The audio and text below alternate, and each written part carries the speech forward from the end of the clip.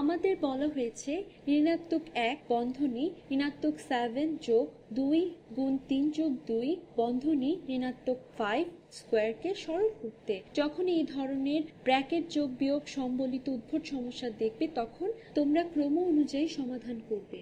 ক্রম অনুযায়ী প্রথমে আসে প্যারেনথেসিস বা বন্ধনী, এরপর আসে এক্সপোনেন্ট বা সূচক। এখানে সূচক নেই, তাও আমি লিখছি ভবিষ্যতের জন্য। এরপর আসবে মাল্টিপ্লিকেশন বা গুণ এবং ডিভিশন বা ভাগ। এরপর আসবে অ্যাডিশন বা যোগ এবং সাবট্রাকশন বা বিয়োগ। তাহলে চলো সমাধান করি। প্রথমে চলো আমরা ব্র্যাকেট নিয়ে কাজ করি। এখানে খেয়াল করলে দেখা যাবে বন্ধনীর ভেতরে 3 যোগ 2 আছে, যা যোগ করলে আমরা পাবো 5। আমরা চাইলে এর বাকি অংশগুলিও করতে পারি, কারণ তা বন্ধনীর জন্য সমস্যা নয়।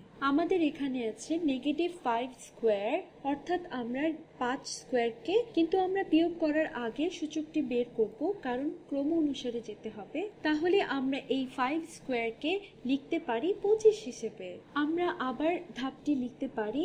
আমাদের জন্য সুবিধা হবে আমরা যদি ধাপে ধাপে সমাধান করি, একেবারে না করে। তাহলে আমরা পাচ্ছি ঋণাত্মক 1 ব্র্যাকেটের ভিতরে ঋণাত্মক 7 যোগ 2 গুণ 5, কারণ আমরা ব্র্যাকেটটা উঠিয়ে 5 পেয়েছি, বন্ধনী বিয়োগ 25, যা আমরা 5কে স্কোয়ার করে পেয়েছি। এখন আমরা গুণ করতে পারি। কিন্তু তুমি এখন বলতে পারো, আরে আমাদের তো একটা ব্র্যাকেট রয়ে গেছে, সেটা তো আগে করতে হবে। কিন্তু যেহেতু ঋণাত্মক 7 এখানে কোনো পরিবর্তন আনে না, তাই না করলেও চলবে। আমরা একে ঋণাত্মক 7 হিসেবেই রেখে দিতে পারি। এখন আমরা বন্ধনের কাজটা আগে করব, অন্য কিছু করার আগে। তাহলে এখন গণিতের ক্রমধারা ব্যবহার করে এটাকে সমাধান করা যাক। তাহলে এখানে এই এক্সপ্রেশনটা সমাধান করা যাক। আমরা যোগ করার আগে এখানে গুণ করব। তাহলে এখানে 2 গুণ 5 রয়েছে, তাহলে আমরা 2কে 5-এর সাথে গুণ করে পাই 10। তাহলে আমাদের পুরো এক্সপ্রেশনটা হয়ে গেল। নরমালি তোমাদের এক্সপ্রেশনটি বারবার লিখতে হবে না, আমরা এখন করছি যাতে কেউ কনফিউজড না হয়ে যায়। তাহলে এটা হবে ঋণাত্মক 1 বন্ধনীর ভেতর ঋণাত্মক 7 যোগ 10 বন্ধনী, তারপর রয়েছে ঋণাত্মক 25। এখন আমরা এটা অনেক সহজেই সমাধান করতে পারি। ঋণাত্মক 7কে 10-এর সাথে যোগ করলে হয়। তুমি ভাবতে পারো যে আমরা ঋণাত্মক 7 দিয়ে শুরু করলাম, তাই আমি এখানে একটা সংখ্যা রেখা আঁকবো। তাহলে আমি একটা সংখ্যা রেখা আঁকছি, এখানে 0 দিলাম। আমরা ঋণাত্মক 7 থেকে শুরু করলাম এবং তাহলে এই দূরত্বটি হলো ঋণাত্মক 7 এবং তারপর আমরা 10 যোগ করছি, অর্থাৎ আমরা ডান দিকে 10 ঘর যাব। তাহলে আমরা যদি 7 ঘর বামে যাই তাহলে আমরা 0-তে পৌঁছাবো এবং 10-এ যেতে হলে আমাদের আরো 3 ঘর যেতে হবে, 8, 9, 10। তাহলে আমরা পৌঁছালাম ধনাত্মক 10-এ। আরেকভাবে চিন্তা করা যায়, তা হলো আমরা বিভিন্ন চিহ্নের সংখ্যা যোগ করছি।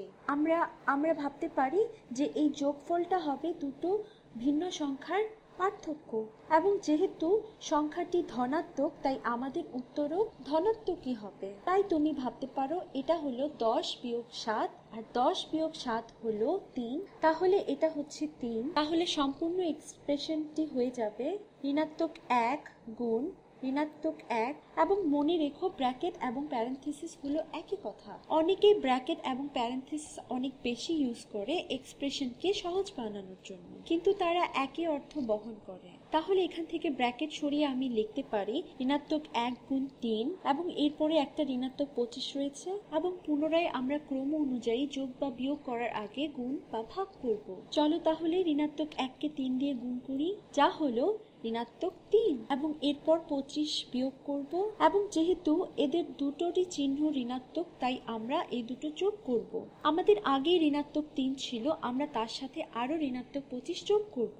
এবং তুমি ভাবতে পারো যে আমরা আরো 25 ঘর ঋণাত্মক দিকে যাচ্ছি, বা এটাও ভাবতে পারো ঋণাত্মক 3 আর ঋণাত্মক 25কে যোগ করলে হবে ঋণাত্মক 28।